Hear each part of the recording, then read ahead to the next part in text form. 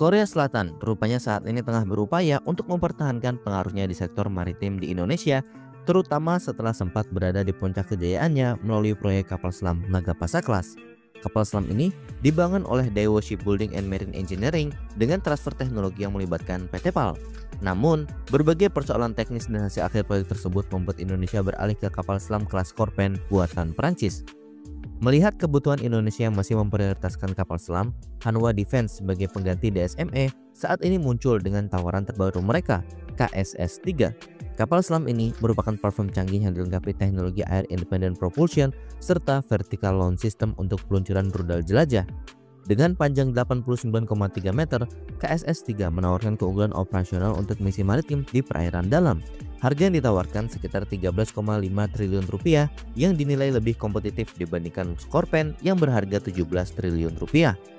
Dibandingkan dengan Scorpène sendiri yang memiliki panjang 61,7 meter dan teknologi baterai lithium ion, KSS-3 memang menawarkan kapasitas dan kemampuan yang lebih besar.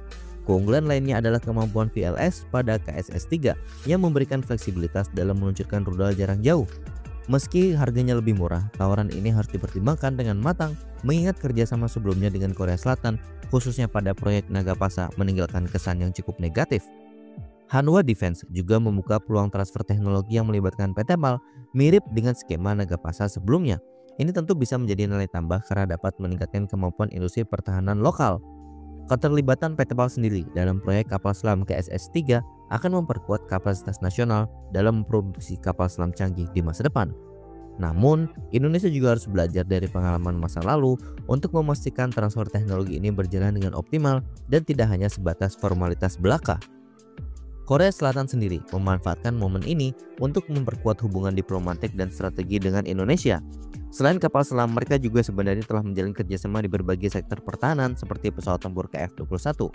Meski demikian, beberapa proyek sebelumnya dengan Korea Selatan dianggap kurang memuaskan oleh pihak Indonesia, sehingga keraguan terhadap komitmen mereka masih ada sampai sekarang.